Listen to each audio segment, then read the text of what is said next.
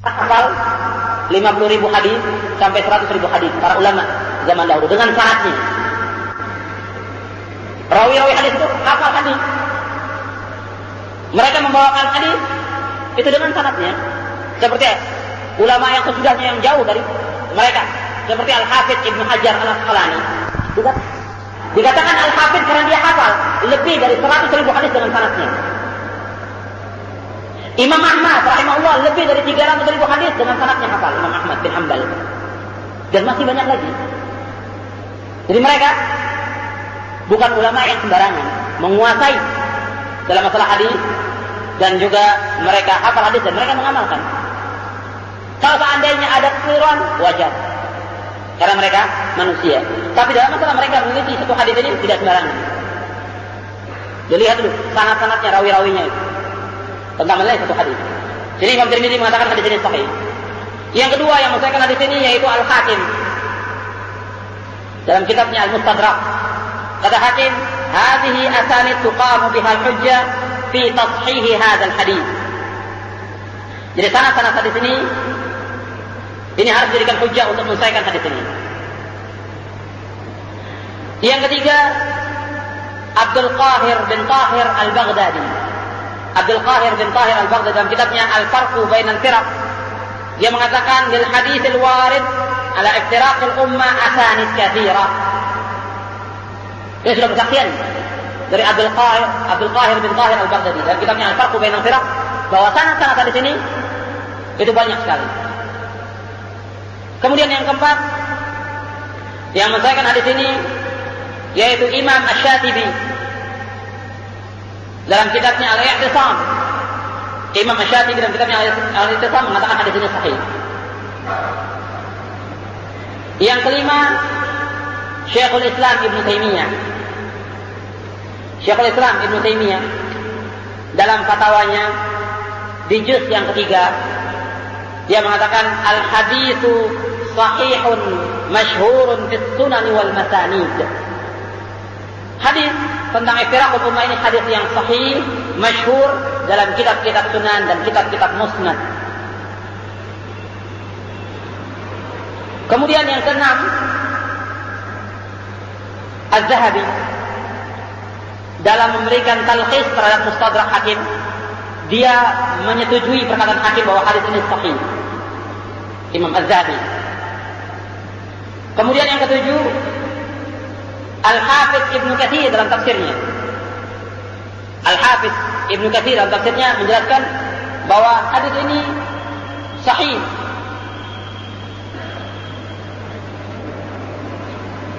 Yaitu dibawakan beberapa riwayat Al-Hakim dalam beberapa tafsir, dalam beberapa ayat yang dia tafsirkan dalam tafsirnya, seperti dalam surah Al-Imran, dalam surah Rum, itu dijelaskan oleh beliau tentang hadis iftiraqul ummah. Kemudian yang kedelapan, Abdul Qasim Ismail bin Fadl Al-Asbani dalam kitabnya Al-Hujjah fi Bayanil Mahajjah di juz yang pertama dia mengatakan hadis ini sahih. Artinya dia membawakan hadis ini dan pentahqiqnya mengatakan hadis ini sahih. Pentahqiq kitab ini. Kemudian yang kesembilan, Al-Hafidz Ibnu Hajar Al-Asqalani ketika menjelaskan tentang hadis Abu Hurairah, ketika dia mentakhrij hadis-hadis tafsir Al-Kasyaf, dia mengatakan isnaduhu hasan. Sanad hadis Abu Hurairah itu sanadnya hasan. Kemudian yang ke-10, muhaddits yang sekarang ini yaitu Syekh Muhammad Nasiruddin Al-Albani yang dikatakan muhadditsul asr. Dalam kitab Silsilah Ahadits As-Sahihah dia menjelaskan bahwa hadis ini sahih di juz yang pertama, dan juga dalam beberapa juz yang lainnya juga mengatakan bahwa hadis tentang iftiraqul ummah sahih. Kemudian Abdul Qadir Al-Arnaud dalam kitabnya At-Taj Jami'ul Usul ketika berbicara tentang iftiraqul ummah dia juga mengatakan hadis ini sahih. Dan ulama yang mensahihkan hadis ini ulama-ulama ahlul hadis. Sengaja saya bawakan semua pendapat ini karena ada orang-orang yang belakangan yang mutaakhirin, yang mereka bukan ahlul hadis, ahlul fikr. Jadi baru dia mengetahui tentang masalah-masalah keislaman kemudian langsung mendhaifkan hadis ini. bukan ahli hadis. Dan mereka juga tidak pakai hujjah dalam mengaitkan hadis ini. Dan hadis ini banyak jalannya. Maka saya bawakan untuk menjelaskan bahwa hadis ini sahih, yang mensahihkan para ulama ahli hadis. Kemudian kalau ada lagi yang mengatakan bahwa hadis tentang iftiraqul ummah dhaif, kata Dr. Nasir Abdul Karim Al-Aqal dalam kitabnya tentang iftiraq, dia mengatakan kalau ada orang mengatakan bahwa hadis iftiraq itu dhaif, berarti orang itu jahil tentang Al-Quran, jahil tentang sunnah, jahil tentang waqi'. Artinya kalau seandainya ada orang mengatakan bahwa hadis iftiraqul ummah itu lemah, atau dia meragukan, berarti dia jahil tentang Al-Quran. Dan Al-Quran disebutkan bahwa umat ini akan tetap berselisih, melainkan orang-orang yang disayangi oleh Allah, seperti disebutkan dalam surah Hud ayat 118. Di dalam surah Hud Allah berfirman di ayat 118 dan 119, Allah berfirman, "Walau syaa'a rabbuka laja'alan nasa ummatan wahidah wa la yazaluna mukhtalifina illa man rahima rabbuk walidzalika khalaqahum wa tammat kalimatu rabbika la amla'anna jahannama minal jannati wan nasi ajma'in." Dan kalau seandainya Rabbmu berkehendak untuk menjadikan manusia ini satu umat, maka Allah akan menjadikan demikian. Akan tetapi mereka tetap berselisih, kecuali orang-orang yang disayangi oleh Rabb kamu. Demikianlah mereka diciptakan oleh Allah. Dan sudah sempurna kalimat-kalimat Rabb kamu. Sungguh kami akan memasukkan ke neraka Jahannam. Sungguh akan kami masukkan ke neraka Jahannam jin dan manusia semuanya. Artinya dari orang-orang yang tetap iftiraq akan dimasukkan oleh Allah ke neraka Jahannam. Di dalam surah Hud ayat 118-119. Jadi kalau seandainya dia menolak hadis ini atau dia meragukan, berarti dia tidak mengetahui tentang ayat Al-Quran yang menyebutkan tentang akan terjadinya ikhtilaf. Dan Allah mengatakan demikian, "Wala yazaluna mukhtalifi illa man rahima rabbuk." Mereka tetap berselisih kecuali orang-orang yang dirahmati oleh Rabb kami. Yang kedua jahal dengan sunnah Nabi, yaitu hadis-hadis tentang iftiraq ini sahih dan disahihkan oleh para ulama. Jadi kalau dia mengerti tentang sunnah Nabi, mestinya dia ikut mensahihkan, karena bukan satu ulama yang mensahihkan, puluhan ulama yang mensahihkan di sini dari ahlul hadis. Kemudian yang ketiga, kalau orang yang meragukan tentang hadis ini atau melainkan hadis ini, dikatakan dia jahil bil waqi'. Dia tidak tahu tentang waqi', atau tentang kenyataan yang ada bahwa umat yang kita lihat iftiraq, tidak ada seorang pun yang bisa mengingkari. Umat Islam yang ada sekarang ini iftiraq, berpecah belah, tidak bisa diingkari. Meskipun kita bilang bersatu, umat Islam bersatu, tetap kenyataan berpecah belah. Ada Syiah, ada Khawarij, ada Murji'ah, ada Mu'tazilah, ada yang lain, kelompok-kelompok yang lain, yang masing-masing menganggap dirinya benar. Kenyataan yang kita lihat tidak bisa dipungkiri. Kalau ada orang mengatakan, ya kita harus bersatu. Bagaimana cara menyatukan umat? Cuma dengan perkataan, dengan seminar, tidak. Bersatunya umat ini harus kembali seperti yang dipahami oleh para salafus saleh ridwanullah alaihim. Baru umat bisa bersatu. Mau jayanya umat harus kembali seperti apa yang dipahami oleh mereka. Baru umatnya akan izzah. Kalau tidak, dia akan mengalami izzah. Terus kata Allah, wala yazaluna mukhtalifina illa man rahima rabbuk. Tetap mereka itu berpecah belah kecuali orang-orang yang dikasihi oleh Allah. Jadi waqi' umat yang sekarang ini merupakan waqi' yang marir, artinya pahit sekali yang kita hadapi. Terpecah umat, terpilah-pilah umat yang ada ini. Dan bukan sekedar bergolong-golongan, tapi juga mempunyai istijahat yang lainnya. Pemikiran-pemikiran yang lain, bahkan juga ada di antara mereka yang sudah keluar dari Islam tapi menganggap dirinya Islam. Ada. Kalau kita cocokkan dengan usul yang benar dari Quran dan Sunnah, ada beberapa dari kelompok itu yang sudah keluar dari Islam. Tapi orang masih mengatakan Islam. Bagaimana akan terjadi persatuan? Bahkan mereka merusak di dalam Islam ini. Kemudian yang keempat, orang yang mengatakan hadis ini tidak benar atau dhaif, itu yang berarti dia jahil tentang asarus salaf. Jahil atau dia tidak tahu tentang asarnya para salafus saleh. Asar dari para sahabat radhiyallahu ajma'in. Bahwa sejak zaman sahabat itu sudah membedakan yang mana ahlus sunnah, yang mana ahlul bid'ah. Sudah dibedakan sejak zaman sahabat. Sejak zaman tabi'in sudah dibedakan. Yang mana orang yang mengikuti sunnah, yang mana yang tidak, sudah dibedakan oleh mereka. Bisa dilihat dalam asar para sahabat dan tabi'in, itu sudah dibedakan. Yang mana ahlus sunnah dibedakan, yang mana ahlul bid'ah. Ahlul bid'ah ini yang ahlul furqah, yang iftiraq, yang berpecah belah. Yang disebutkan 72 golongan. Satu contoh saja. Ya, dari asar yang banyak ini, satu contoh yaitu perkataan Ibnu Sirin, Muhammad bin Sirin. Antum bisa lihat riwayat ini dalam kitab Muqaddimah Sahih Muslim. Kata Ibnu Sirin, kata Muhammad bin Sirin, kami ini tidak pernah menanyakan tentang sanad hadis. Falamma waqa'atil fitnah qalu sammu lana rijalakum fayunzaru ila ahli sunnah fayukhadhu hadithuhum wa yunzaru ila ahli bid'ah fala yukhadhu hadithuhum. Jadi kata Muhammad bin Sirin, kami tadinya tidak bertanya tentang sanad hadis.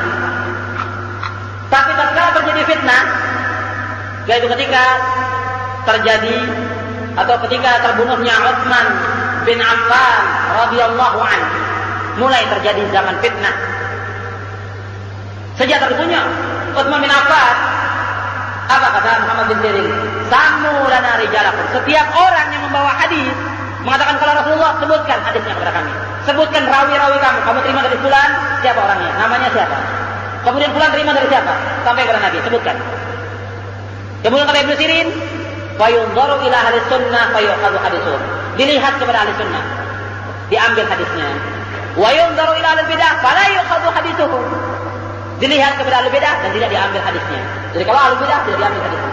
Jadi sejak itu sudah dibedakan, sudah terjadi iftiraq. Yang mana ahli sunnah, yang mana ahli bidah sudah dibedakan pada waktu itu. Kalau ahli sunnah diambil, kalau ahli bidah tidak diambil hadisnya. Bisa lihat dalam Muqaddimah Sahih Muslim. Dan asar-asar salaf lain banyak yang menyebutkan tentang akan terjadinya perpecahan. Banyak sekali asar para salafus saleh tentang masalah ini. Jadi tentang hadis ini sahih. Jadi kalau masih ada orang yang menentang mengatakan hadis ini dhaif atau masih meragukan, berarti dia menentang yang tercantum dalam Al-Quran. Jahil dia tentang Quran, jahil tentang sunnah Nabi. Sedemikian banyak hadis. Dia bukan satu hadis, lebih dari 10 hadis yang menyebutkan tentang iftiraqul ummah. Kemudian yang ketiga, dia jahil tentang waqi', kenyataan yang ada tidak bisa diingkari oleh siapapun juga, bahwa umat yang kita lihat sekarang ini berpecah belah di dunia Islam, berpecah belah. Di mana? Yang keempat, asar para salafus saleh, para sahabat tabi'in sudah menjelaskan akan terjadinya perpecahan. Jadi insya Allah ini sudah jelas tentang hadis ini. Jadi saya jelaskan hadis ini dengan syarat-syaratnya dan penjelasan para ulama supaya jangan lagi ada orang-orang yang meragukan dan jangan sampai kita terkecoh dengan orang-orang yang mengatakan hadis ini dhaif. Karena sanadnya jelas sahih. Meskipun ada beberapa riwayat yang dhaif tapi saling menguatkan. Ada syawahid dan ada mutaba'at antara hadis itu. Kemudian yang kelima, fawaid yang dapat kita ambil dari hadis ini. Ya tadi yang pertama kita bahas yang mencatat tentang definisi al-firqah an-najiyah. Yang kedua tentang golongan yang celaka. Yang ketiga tentang hadis iftiraq. Yang keempat jalan-jalan hadis dan ulama yang menyesuaikan. Yang kelima tentang fawaidnya. Faedah yang dapat kita ambil dari hadis ini. Dari hadis iftiraqul ummah yang dapat kita ambil faedah dari hadis ini. Yang pertama, an-najiyah halakun wa 'adzabun wa furqah. Bahwa menyalahi golongan yang selamat, itu akan membawa kepada kebinasaan, siksa dan perpecahan. Jadi menyalahi golongan yang selamat ini, itu akan membawa kepada perpecahan, akan membawa kepada kebinasaan, siksa dan perpecahan. Jadi millatul najah cuma satu yang selamat. Sedangkan jalan yang membawa kepada kesesatan banyak. Antum bisa lihat ayatnya menunjukkan bahwa firqah-firqah itu banyak, jalan selamat itu cuma satu. Lihat ayatnya dalam surah Al-An'am, surah yang ke-6 ayat 153. Allah berfirman, "Wa anna hadza sirati mustaqiman fattabi'uhu wa la tattabi'us subula fatafarraqa bikum an sabilihi dzalikum wassaqum bihi la'allakum tattaqun." Inilah jalanku yang lurus. Maka ikutilah jalanku yang lurus ini. Dan jangan kamu ikuti jalan-jalan yang lain. Yang jalan itu akan menyesatkan kamu dari jalan Allah. Demikianlah Allah mewasiatkan kepada kamu agar kamu menjadi orang-orang yang bertakwa. Ketika menjelaskan ayat ini, kata Abdullah bin Mas'ud radhiyallahu anhu, kata Abdullah bin Mas'ud, "Khatta lana Rasulullah sallallahu alaihi wasallam khattan bi yadihi. Thumma qala, hadza sabilullah mustaqiman." وخط خطوطا عن يمينه وشماله ثم قال هذه السبل ليس منها سبيل إلا عليه شيطان يدعو إليه ثم قرأ قوله تعالى وأن هذا صراطي مستقيما فاتبعوه ولا تتبعوا السبل فتفرق بكم عن سبيله ذلكم وصاكم به لعلكم تتقون. Dari Abdullah bin Mas'ud radhiyallahu anhu dia berkata, Rasulullah pernah menggaris satu garis dengan tangannya. Kemudian dia berkata, jadi Rasulullah menggaris satu garis. Kemudian Rasulullah mengatakan garis ini jalan Allah yang lurus. Kemudian Rasulullah menggaris lagi di kanan dan di kirinya. Jadi garis yang lurus, digaris lagi kanan kirinya dengan garis-garis yang banyak. Kata Rasulullah, jalan-jalan ini, ini satu jalan yang lurus. Jalan-jalan ini, setiap jalan ini mesti di atasnya ada syaitan, kata Rasulullah.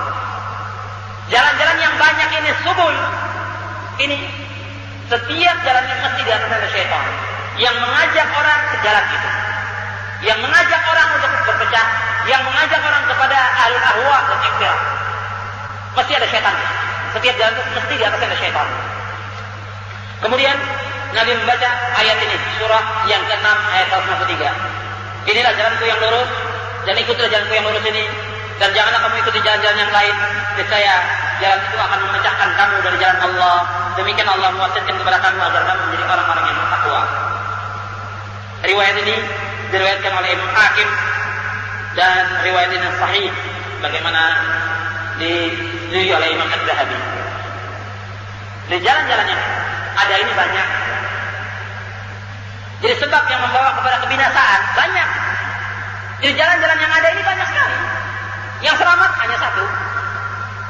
Ini ayatnya yang dibawakan dan dijelaskan oleh Rasulullah. Dibacakan ayat itu dijelaskan satu garis yang lurus ini yang benar, ini yang selamat, ini yang najiyah yang selamat ini. Adapun yang lain ini yang membawa celaka. Dan setiap golongan itu, setiap kelompok itu mesti ada setannya. Setiap golongan itu, setiap firqa itu mesti ada setannya di atasnya, kata Nabi. Yang setan itu yad'u ilaihi, yang mengajak orang untuk masuk pada golongannya. Yang kalau menurut ayat apa? Mereka berbangga dengan golongannya. Kullu hizbin bima ladaihim farihun. Setiap golongan berbangga dengan golongannya. Kemudian yang keempat, jadi yang ketiga ini tentang menyalahi golongan yang selamat itu akan membawa kepada kebinasaan. Di satu jalan yang selamat itu. Yang keempat, Nabi memberikan jalan keluar. Setelah Nabi menyebutkan tentang golongan yang celaka akan masuk neraka, Nabi memberikan jalan keluar. Bagaimana jalan keluarnya? Seperti hadis Abdullah bin Amr bin Auf yang diriwayatkan oleh Imam Tirmidzi dan yang lainnya. Bagaimana jalan keluarnya? Ma ana alaihil yauma wa ashabi. Kalau orang yang mau selamat harus mengikuti apa yang aku ada padanya dan mengikuti para sahabat. Mengikuti Rasulullah dan para sahabatnya. Jadi orang mau selamat ikuti Rasulullah dan para sahabatnya. Orang mengatakan, kenapa harus ikut sahabat? Tidak yang lain saja. Sahabat yang mendapatkan jaminan dari Allah SWT. Yang Allah memuji mereka dalam Al-Quran. Seperti Allah puji mereka dalam surah At-Taubah ayat 100. Wasabiquna al-awwalun minal muhajirin wal ansar walladzina ittaba'uuhum bi ihsan radhiyallahu anhum wa radu anhu wa 'ada lahum jannatin tajri tahtaha al-anhar khalidina fiha abada dzalika al-fawzul 'adzim. Dan orang-orang yang terdahulu muhajirin dan ansar dan orang-orang yang mengikuti mereka dengan kebaikan, Allah redha kepada mereka, mereka pun redha kepada Allah. Dan mereka disediakan surga-surga yang mana di bawahnya sungai-sungai yang mereka akan kekal di dalamnya selama-lamanya. Yang demikian kebahagiaan yang besar. Mereka dapat redha dari Allah. Yang kedua, mereka adalah orang-orang yang adil. Dalam surah Al-Baqarah ayat 143.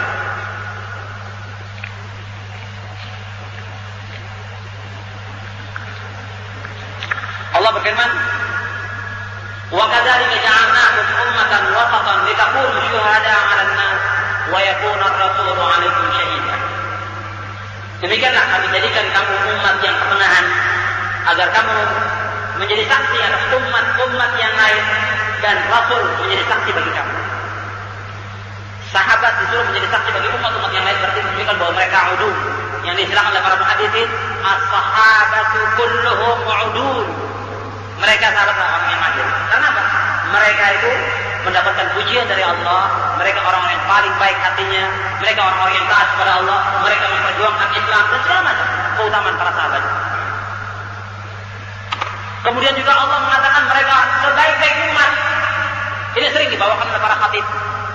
Sering sekali. Tapi tidak dicocokkan dengan manhaj mereka. Yaitu ayat dalam surah Ali Imran ayat 10. Allah berfirman, "Kuntum khairu ummatin ukhrijat lin-nas ta'muruna bil ma'ruf wa tanhauna 'anil munkar wa tu'minuna billah. Walau amana ahlul kitab lakana khairan lahum. Minhumul mu'minun wa aktsaruhumul fasiqun." Kalian sebaik-baik umat. Kalian sebaik-baik umat yang dikeluarkan di tengah-tengah manusia, menyuruh yang ma'ruf, mencegah yang munkar dan beriman kepada Allah. Kalau seandainya ahlul kitab ini beriman kepada Allah, mereka baik, atau lebih baik buat mereka. Di antara mereka yang beriman dan kebanyakan mereka fasik. Jadi ayat ini Allah menyebutkan kuntum khairu ummah. Khitab ayat ini pertama kali kepada siapa? Kepada para sahabat, tidak kepada yang lain. Kalian sebaik-baik umat, pujian dari Allah. Dan Nabi juga mengatakan demikian, khairun nasi qarni, tsumma alladziina yalunahum, tsumma alladziina yalunahum. Sebaik-baik manusia pada masaku yaitu sahabat. Kemudian sudahnya tabi'in dan yang sudahnya tabi'in. Jadi manusia yang terbaik dari seluruh umat yang ada yaitu para sahabat. Jaminan dari Allah, jaminan dari Rasulullah sallallahu alaihi wasallam. Allah mengatakan kuntum khairu ummah, sebaik-baik umat. Dan Nabi mengatakan khairun nas, sebaik-baik manusia. Hadis ini khairun nasi qarni itu hadis mutawatir. Hadisnya mutawatir. Riwayat yang mengatakan khairul quruni qarni itu tidak ada riwayat khairul qurun. Yang ada khairun nasi qarni. Riwayat ini dikatakan oleh Al-Hafidz Ibnu Hajar dalam kitabnya Al-Isabah fi Tamyiz Sahabah, hadis ini mutawatir. Sebaik-baik manusia yaitu pada masaku ini, yaitu para sahabat. Kemudian yang sudahnya tabi'in dan sudahnya. Tentang kebaikan mereka, tentang baik apanya? Baik mukanya, baik rumahnya, baik pakaiannya, atau baik apanya? Khairiyah yang dimaksud oleh Rasulullah sallallahu alaihi wasallam, khairiyatul aqidah, khairiyatul manhaj. Baik bukan soal pakaian, karena dalam hadis yang lain dikatakan innallaha la yanzuru ila suwarikum wala ajsamikum walakin yanzuru ila qulubikum wa a'malikum, rawahu Muslim. Bukan soal rupa. Karena apa? Karena Allah, Nabi mengatakan Allah tidak akan melihat kepada rupa kamu. Allah tidak melihat kepada tubuh kamu, tapi yang Allah lihat kepada hati kamu dan amal kamu. Hadis ini sahih riwayat Muslim.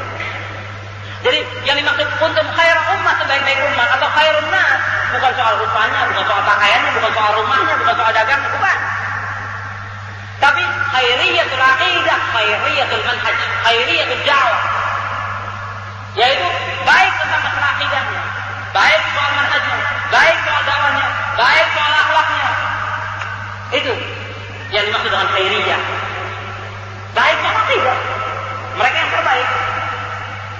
Soal manhaj, mereka yang terbaik. Soal dakwah, mereka yang terbaik.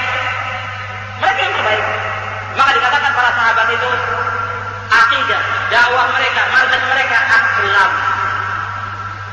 Mereka lebih selamat. Karena apa?